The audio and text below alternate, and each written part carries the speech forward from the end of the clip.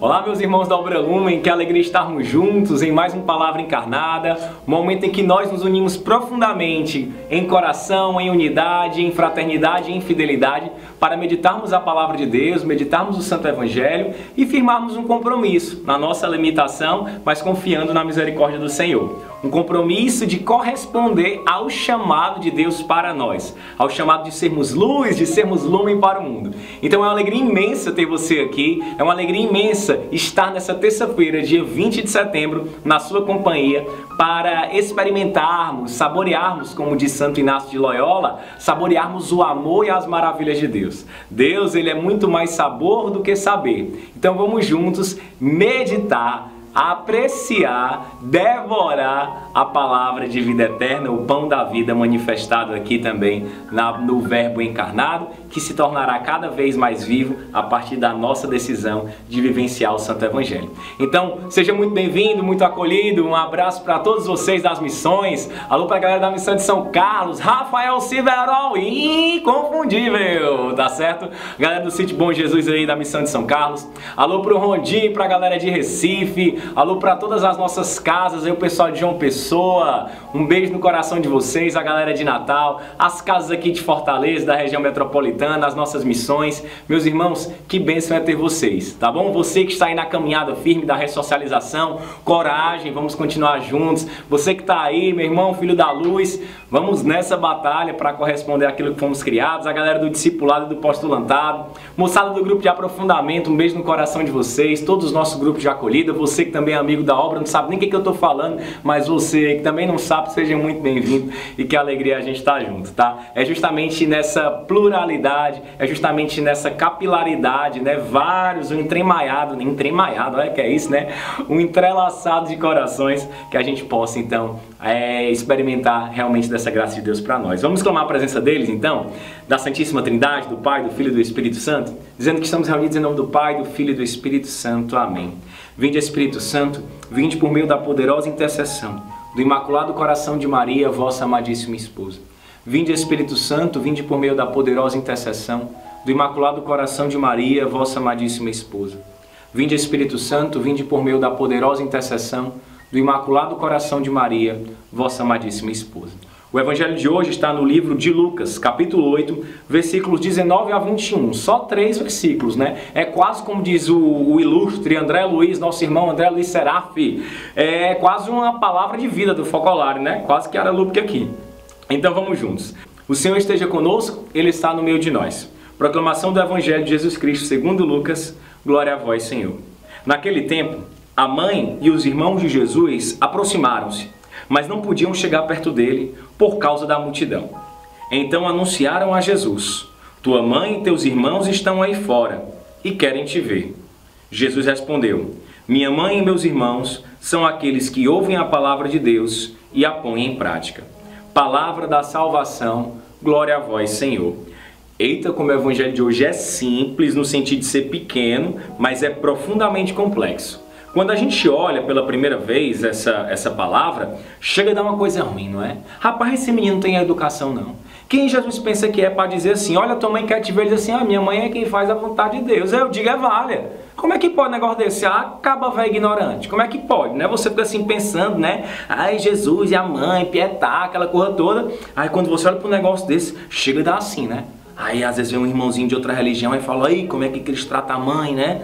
Aí eu falei, vai, você fica assim meio perdido. Mas calma aí, o Evangelho de hoje ele é cheio de significado, ele é cheio de uma simbologia e nós precisamos de algumas informações para compreender melhor e colocar essa palavra viva na nossa realidade, onde você se encontra, na sua caminhada aí no seu desafio de hoje, essa semana, né, que mal iniciou e já está cheio de tribulações aí, cheio de compromissos, afazeres, responsabilidades. Vamos compreender então, de fato, o que Cristo quer nos ensinar? Individualmente e como comunidade. Naquele tempo, a mãe e os irmãos de Jesus se aproximaram dele. Só que tinha tanta gente, tinha uma multidão que eles não conseguiam chegar perto. A primeira coisa que chama a atenção aqui é a postura da mãe. Nossa Senhora, Maria Santíssima, ela acompanhava Jesus Cristo em algumas ocasiões. Naquela época era muito comum que as mulheres elas deviam ficar em casa fazendo seus afazeres. Mas quando Cristo ele inicia a sua vida pública, nós percebemos nos evangelhos que quem o acompanhava eram muitas mulheres. Então, o que acontece nessa história? Eram viúvas, eram mulheres da vida, eram mulheres que quebravam os protocolos e os padrões da época. O fato é que Cristo ele atrai para si as mulheres. É próprio da mulher uma sensibilidade maior. Não aqui num determinismo de gênero, né? Homem é assim, mulher é assim, acabou-se dessa forma. Não. Mas é interessante a gente perceber que o próprio ser feminino, a essência da mulher, ela carrega mais forte essa sensibilidade. É tanto que na igreja, nos movimentos, nós temos a maioria, né, das pessoas que fazem parte são mulheres. Além de ser um fator, vamos dizer assim, geográfico, no sentido de uma geografia da população, existe mais mulher do que homem, principalmente aqui no Brasil, nesse sentido, mas a gente percebe que a mulher tem um coração mais dócil para escutar a voz de Deus e para segui-lo. Então Maria, quando dava, assim, nas realidades, ela acompanhava Cristo. A gente percebe em algumas leituras isso. Maria se aproximando, Maria junto ao Filho, porque onde a mãe está, o Filho está. E onde o filho está, a mãe também está. Então isso é muito bonito. Como anda hoje a minha relação e a sua com Nossa Senhora, né? Como anda hoje a relação da Obra Lumen com Maria, a nossa espiritualidade mariana específica do Pietà, essa mãe que acolhe, esse imaculado coração da Virgem Dolorosa, que contempla o encontro salvífico. Então, que nós possamos perceber que para encontrar Cristo a gente precisa estar ao lado de sua mãe. Outra palavra que traz um pouco de confusão aqui são os irmãos, né? E você pensa, vale, como é que Jesus tem irmãos? Maria, ela não é virgem segundo um dogma, não é, da igreja? O dogma da virgindade de Maria, que vai acontecer ali para o século XX, nesse sentido, né? Quando a igreja vai trazer isso. Existia algum problema de Maria ter tido outros filhos?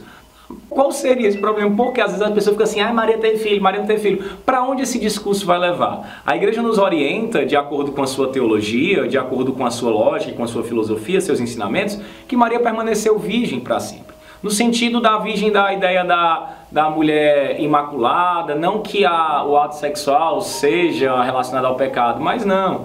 Mas nesse sentido de ser algo realmente extraordinário, sobrenatural e ao mesmo tempo muito simples. Então nós acreditamos que Maria não teve relações e não teve filhos. O termo irmãos, ele realmente vem ali da ideia da gramática, das línguas, em que você não tem um termo específico para aquela cultura, para irmão, e para primo. Naquela época era muito comum as famílias se fortalecerem bastante. A ideia mesmo até dos clãs, das tribos de Israel, nesse sentido. O que vai acontecer então? Quando usa-se na nossa tradução do português a palavra irmão, na verdade serve para abranger uma relação familiar maior, provavelmente primos e agregados nesse sentido, tá bom? E aí é interessante perceber que Maria e os irmãos se aproximam de Jesus, mas não podem chegar perto dele por conta da multidão. Aí você diga assim, eu digo, valha, né? Como é que pode? Maria não pode chegar perto do filho, porque tem uma multidão. Imagina, a gente tá lá no meio, querendo ver Jesus, Maria também.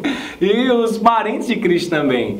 E aí aqui no Brasil a gente tem um péssimo costume da tal da carteirada, né? Você sabe com quem você tá falando, você sabe quem é meu pai, quem é minha mãe, agora pronto. Eu não sei nem quem é meu pai, eu vou saber quem é o teu, né?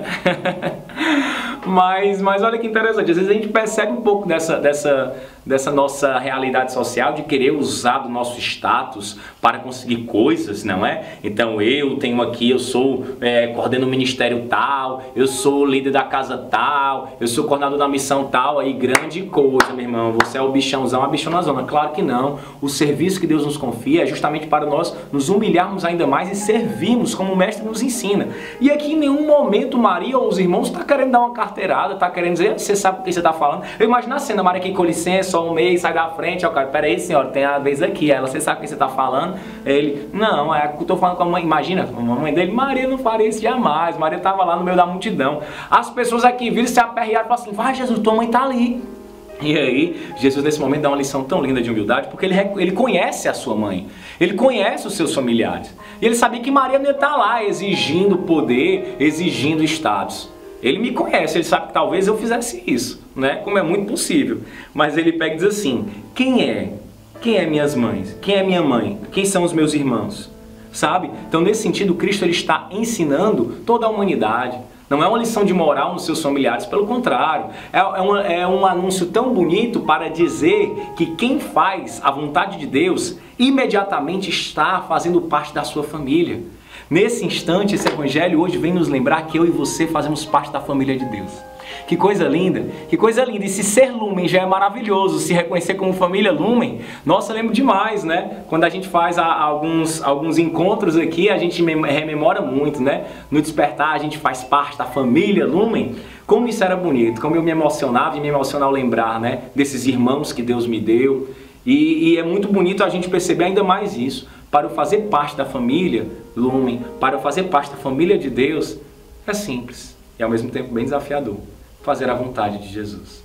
Então não são os laços sanguíneos, não são os laços culturais, não são os laços das leis, mas sim um laço do coração e do carisma e do Espírito. Quando eu faço a vontade de Deus, ali eu me torno família. E a família é justamente essa, o Padre Eugênio vai nos ensinar, né? Não existe família perfeita, perfeito é ter família. E aí uma das frases que a gente escuta muito depois do despertar é essa, né?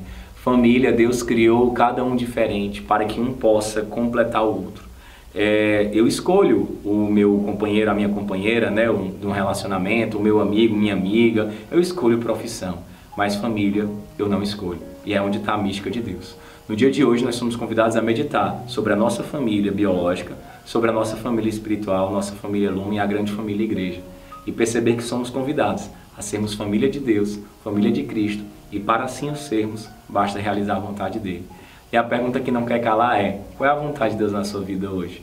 Ele está mostrando, ele quer mostrar nessa terça-feira para você o que ele quer do seu coração. Não tenhamos medo.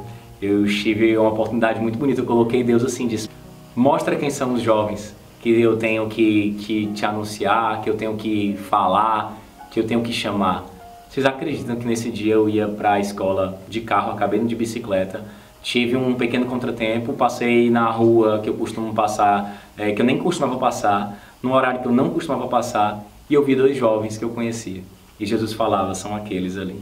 Então, que a gente possa pedir a Deus para Ele mostrar a vontade dEle e a gente realizar. Que Maria nos ajude então a reconhecer, a estarmos junto a Cristo no meio dessa multidão, a querermos falar, né, com Ele, a querermos nos aproximar dEle. Ave Maria, cheia de graça, o Senhor é convosco. Bendita sois vós entre as mulheres e bendito é o fruto do vosso ventre, Jesus. Santa Maria, Mãe de Deus, rogai por nós, pecadores, agora e na hora de nossa morte. Amém. E que alegria fazer parte dessa família com você. Vocês aí que estão espalhados, né, nos diversos cantos do Brasil, do mundo, nas diversas missões, apostolados, não é? Nos diversos caminhos, nas diversas realidades vocacionais, nos diversos tempos de caminhada, nós somos um só. Nós somos Lumen, o amor é nossa meta, Cristo é nossa luz. Estivemos reunidos em nome do Pai, do Filho e do Espírito Santo. Amém.